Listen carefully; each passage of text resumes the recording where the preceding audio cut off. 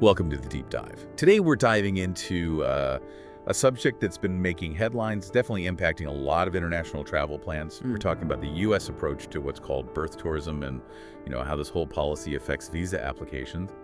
Our goal here is to really get a clear understanding of what birth tourism actually is, what the official stance from the U.S. government looks like now, and maybe most importantly, what it all means for you if you're thinking about traveling to the United States. Yeah, we want to provide some crucial clarity on what can feel like a very complex issue based on what we know here at the Visa Verge. That's right. It's definitely a topic that brings up a lot of questions, and you're right, the policies around it, they've become much more defined, especially over the last few years. Understanding these changes isn't just about, avoiding a visa denial. It's really about navigating a very specific legal and procedural landscape. Okay, so let's unpack this right from the start. What exactly is birth tourism? Right. So at its core, it's the practice where someone, a foreign national, travels to the U.S. and their main or maybe even sole purpose is giving birth there.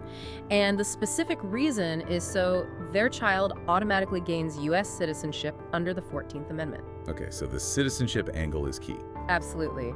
And the authorities, their argument is that this practice basically exploits temporary visitor visas. We're usually talking the B1, B2 category here. These visas just aren't intended for that purpose. Right, they're for tourism or business visits, things like that. Exactly. And what's really interesting, as you hinted, is that this isn't, some brand new idea. It's been around. Yeah. But the official response, that saw a huge shift, particularly starting around January 2020. Before that, well, it was often handled more case by case, kind of without a hard and fast rule. But Jan 2020, that's when a very specific U.S. rule came into play.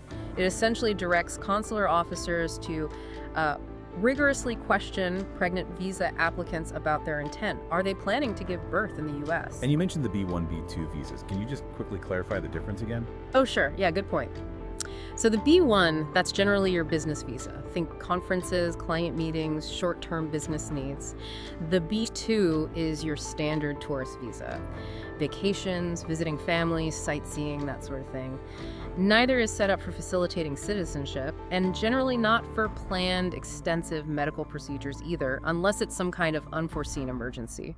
So this isn't just a casual question they might ask anymore during the interview. It sounds like it actually creates a specific legal hurdle for pregnant applicants. Precisely. Yeah, hurdle is a good way to put it. The rule effectively establishes what they call a presumption of birth tourism. What that means is if you're a pregnant applicant, the consular officer is sort of, by default, operating under the assumption that your main reason for the trip is birth tourism. Wow, okay, so the default is suspicion. In a way, yes. And then you, the applicant, carry the burden of overcoming that presumption. You have to clearly show legitimate reasons for your visit. Maybe it's a genuine medical necessity, something really serious that absolutely can't be treated adequately closer to your home country. You have to prove that.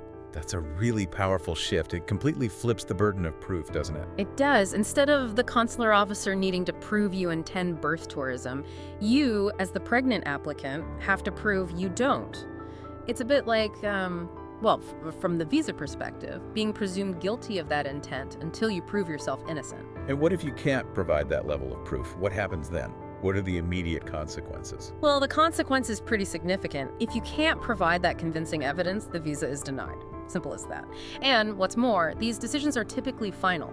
There's generally no formal appeal process for a denial based on birth tourism. No appeal. That's quite strict. It really underscores how seriously the U.S. government views this issue now. It signals they're not just suggesting things, they're enforcing a firm policy. And, this legal posture, it also kind of indirectly touches on that bigger, ongoing debate around the 14th Amendment itself, the part granting citizenship to those born on U.S. soil. Right, the birthright citizenship clause. Exactly.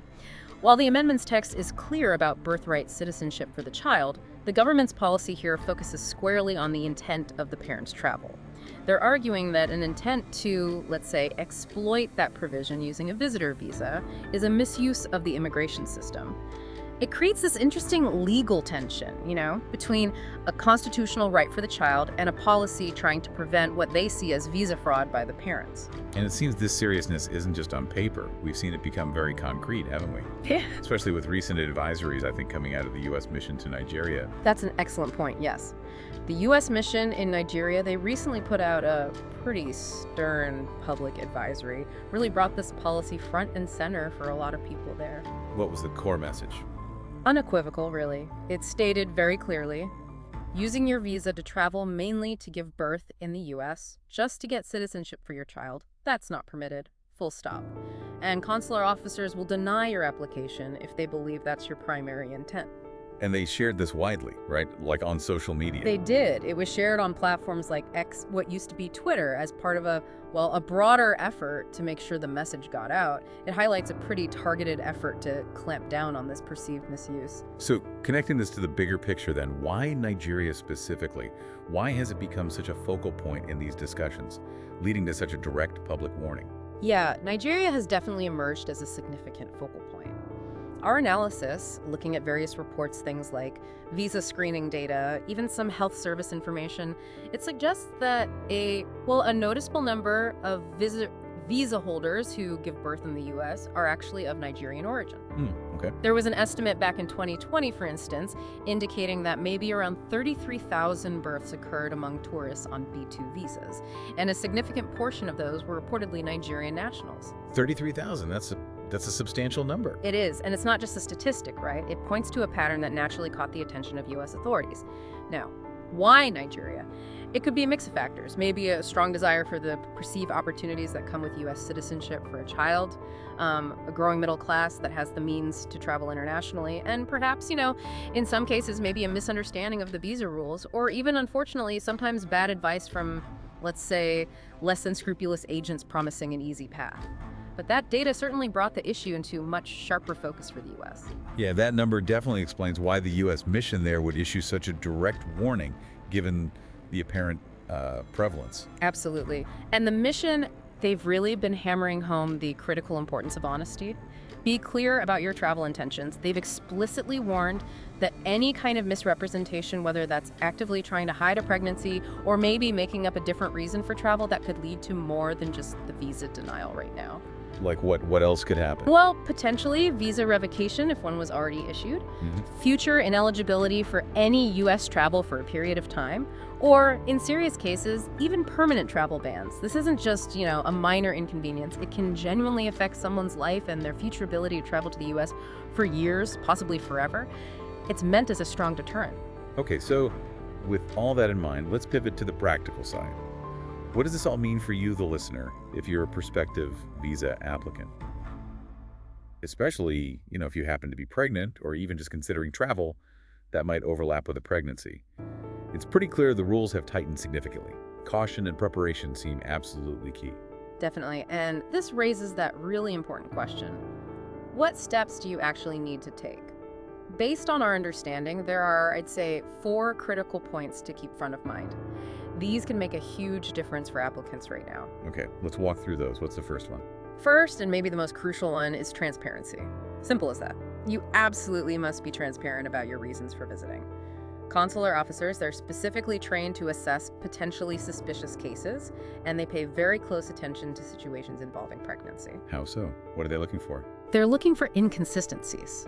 Not just in what you say, but across your whole application, your travel history, your financial situation, even the timing. Did you apply very late in your pregnancy? That's a potential flag. Are you claiming a short tourist trip but maybe have evidence of extensive medical appointments booked? Red flag. Any attempt to hide the truth or misrepresent your real intentions, it's likely going to be detected and it will almost certainly work against you. So it really boils down to being upfront. Don't try to mislead them. Okay, what about proving genuine intent? If someone is pregnant but legitimately needs to travel for a reason totally unrelated to giving birth there. Right, that's the second key point. Supporting evidence. If you are pregnant, or even if there's just a chance you might become pregnant during your planned trip, you need to be prepared to provide solid, supporting evidence for your travel plans. Like what kind of evidence? Well, it could be things like documentation showing you have legitimate prenatal care already arranged back in your home country. Or if you are traveling for medical reasons, clear proof of a genuine medical necessity, something that truly requires you to be in the US and can't be handled elsewhere. And alongside that, comprehensive payment plans. How are you going to cover any medical care you might receive? Can you give an example of that medical necessity proof? Sure. Let's say you need a highly specialized surgery, maybe for a rare condition, and it's only available at a specific US facility. You'd need detailed medical records from your doctors back home, official referrals, confirmation from the US hospital stating they're the unique provider for this, and crucially, how you'll pay. Maybe prepaid invoices for the medical procedure, or proof of insurance that explicitly covers this specific treatment abroad, importantly, unrelated to the birth itself. All these documents together help clarify your intent and show your primary purpose isn't birth tourism. That makes perfect sense. It's about painting a complete documented picture that backs up a legitimate reason for travel. Okay, now what if, despite all this effort, transparency, solid evidence the visa still gets denied? Is there any path forward then? That brings us to the third critical point, and it's a tough one. There is generally no appeal for birth tourism denials. Once a visa is denied on these specific grounds, that decision is usually final. Really? No way to challenge it? Not through a formal appeal process, typically. If you find yourself in that situation, your only real option is to reapply later. But you need to come back with entirely new or substantially stronger evidence that directly addresses whatever reasons led to the initial denial. It's not just tweaking the old application, it requires a full reevaluation based on compelling new information. You need to figure out why you were denied and then build a new case addressing those specific concerns. It can be challenging and definitely time-consuming. Okay, no appeal, that's vital to know. And finally, building on that, what about the longer-term picture? Yeah. If someone does misrepresent things, what's at stake beyond just this one visa application? And that's the fourth point, which really underlines the seriousness. Misrepresentation carries long-term consequences. It's not just about the immediate denial. Applicants found to have misrepresented their intentions can face pretty severe penalties under US immigration law. Like being barred from entry. Exactly. That could mean being banned from future US travel for a significant period. This would impact any later visa applications, maybe for tourism down the road, or for work, or even trying to join family there. In the most serious cases, it could even lead to permanent ineligibility for any kind of immigration to the United States, ever. Wow, permanent ineligibility. Yes, that's why clarity and really authenticity are just absolutely pivotal for anyone planning travel, especially if pregnancy is or might become part of the picture. It's not just about getting this one trip approved, it's about protecting your ability to potentially travel to the US for any reason in the future. This has been a really crucial discussion, I think, for anyone trying to get clarity on US travel rules right now, especially with these tightened policies around birth tourism. We hope this deep dive has given you the understanding you need.